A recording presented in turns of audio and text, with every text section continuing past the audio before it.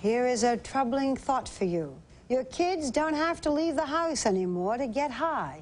They can find what they need right at home, and you might never know.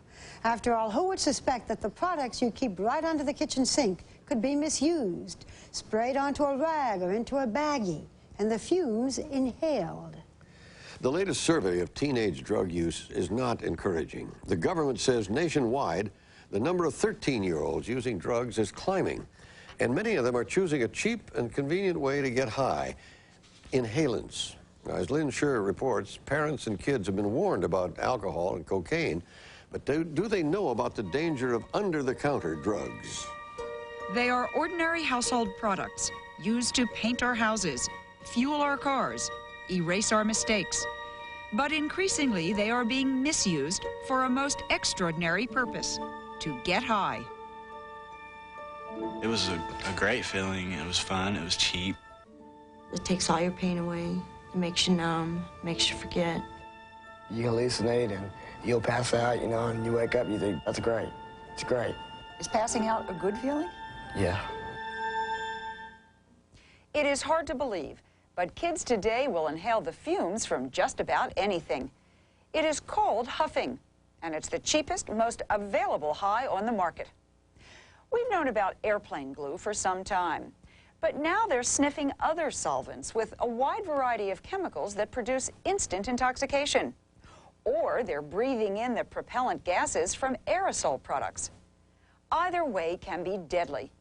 It is estimated that some 1,200 young people are killed each year from inhalants. You may think you have heard the worst of the effects of huffing: brain damage, death, but there is more. You can also be so severely injured and scarred that surviving is a living nightmare. Just ask these young men from Greenville, Ohio. Next thing I know, I heard something, and I turned around, and there was just a wall of fire coming towards me. Ian Breen and his friends had huffed just about everything as high school students. But last year, they dragged a propane tank into this house, filled a garbage bag with its fumes, and inhaled for several hours. Oblivious to the danger, one of the boys lit a cigarette. Suddenly, there was an explosion.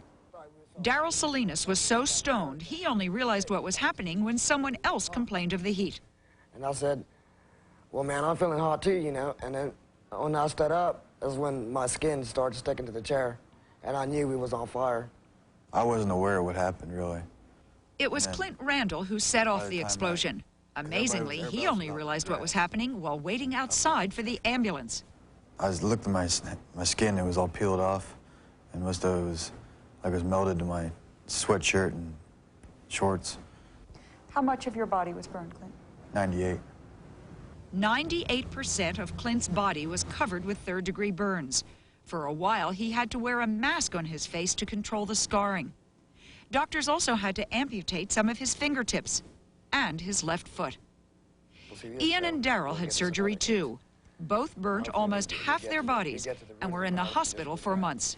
What do you say to that kid who's watching right now who says, well, Darryl, I'm really sorry for your trouble, but it's not going to happen to me. I'm not so dumb. I'd never light a match. We thought that, and if he thinks like that, it's going to happen to him. Such a waste. Lynn, what can the companies do? Do they have a responsibility in this? Hugh, many of these products, most of them have warning labels on them. Some of the companies have tried adding chemicals to the product to make them less desirable. And there's a trade group, the Chemical Specialties Manufacturers Association, the CSMA. They have put out an educational video for high school students warning about this, and they've put out a brochure. So they are trying. Well, they claim they've gotten very good results from it. Really? So it is working? Well, they claim, Dr. Rosenberg and some of the parents say they feel they're not doing enough. On the other hand, the CSMA said to us, these are legitimate products on the market for a legitimate use. They're being misused. They're being abused. And they feel that there's really nothing they can do about that. It'd be ridiculous to have to be 21 to buy paint. Well, exactly. What are you going to do, make a law like that?